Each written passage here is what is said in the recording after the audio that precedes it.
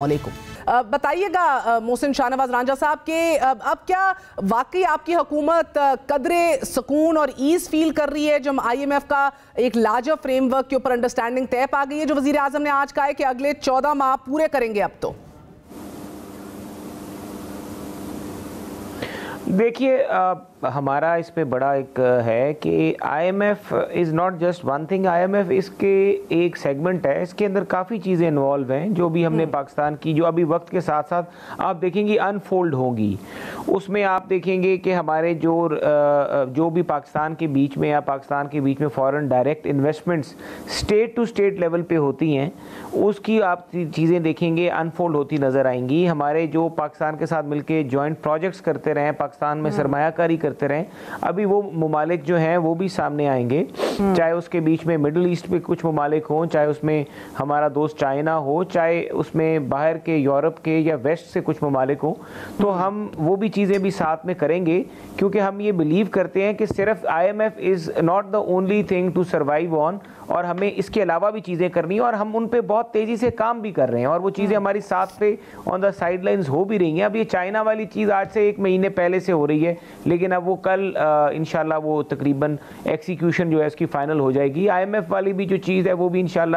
کافی چیزیں دیر سے چل رہی ہیں, ظاہر اس میں نیگوسیشنز ہوتی ہیں, وہ بھی ہو رہی ہیں. پھر اس طرح مڈل ایسٹ سے بھی کچھ دوست ہیں,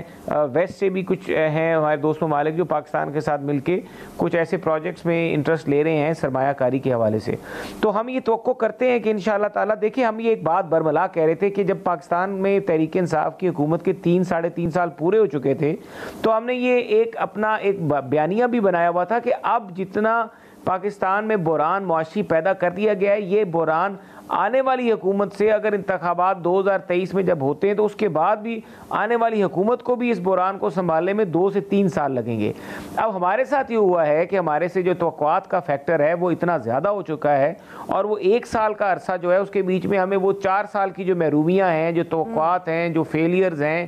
وہ سارے کا سارا جو ہے ہمیں اس کو درست کرنے کے لیے ایکسپیکٹیشن لیول ہے, جس کی وجہ سے ایک مطلب ظاہر ایک ڈیبیٹ ہے, عوام بھی کہہ رہی ہے, لوگوں کا پریشر بھی ہے, اور ہمیں یہ پتا ہے کہ انشاءاللہ ہم نے پہلے بھی کر کے دکھایا تھا. میں آپ سے پوچھنا چاہ رہی ہوں سر, یہ ابھی فواد چودھری صاحب نے مالک صاحب کے پروگرام میں یہ کہا کہ اسٹیبلشمنٹ چاہے تو آج انتخابات ہو جائیں گے, لیکن وزیر اعظم چیف ایگزیکٹو بڑے کانفیڈنس سے کہہ رہے ہیں کہ اب ہم یکسو ہیں کہ الیکشنز 14 ماہ بعد ہی ہوں گے. کیا یہ واقعی کال اسٹیبلشمنٹ کی ہے؟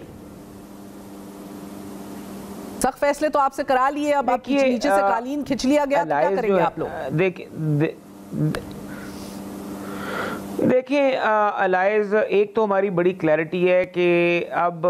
ہم انشاءاللہ تعالیٰ قالین کھینچنے والی بات جو ہے اس سے آگے ہم نکل گئے تھے. جس دن عمران نے اپنی لانگ مارچ کا اعلان کیا تھا اور یہ اسلام آباد آئے تھے, وی ور پریپیئرڈ فار دا ورسٹ. ہم نے ورسٹ کے لیے ہم تیار تھے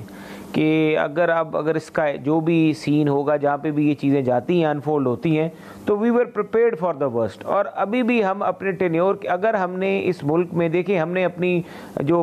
کریڈیبلٹی ہے, جو ہمارا عوام کے اوپر, جو عوام کا ہم پر اعتماد ہے, ہم نے اس کو پاکستان کی سالمیت کے لیے اور پاکستان کے لانگ ٹرم انٹرسٹ کے لیے ہم اس کو قربان کر کے سامنے آئے. چاہتے تو ہم بھی بستر بوریا لپیٹ دیا گیا. تو میرا مطلب ہے these are some harsh realities of our country. اس حوالے سے آپ کو لگتا ہے کہ پاکستان بدل چکا ہے؟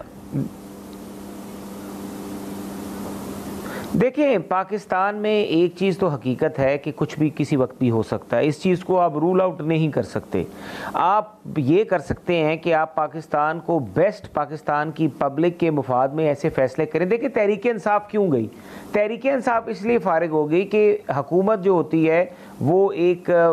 ریاستی ادارے ہوتے ہیں جس میں آپ کی عدلیہ بھی ہوتی ہے, آپ کا ایگزیکٹو بھی ہوتا ہے, آپ کا پارلیمان بھی ہوتا ہے, اور حکومت جو ہوتی ہے وہ پارلیمان کا پروڈکٹ ہوتا ہے اور وہ کام بفر زون کا کر رہی ہوتی ہے, ان تمام اداروں کو پروٹیکٹ کر رہی ہوتی ہے, اور جو بھی سارا ہوتا ہے وہ بیک لیش اسی پہ آ رہا ہوتا ہے. ان کا مسئلہ یہ ہوا کہ یہ بفر زون ہی ختم ہو گیا تھا.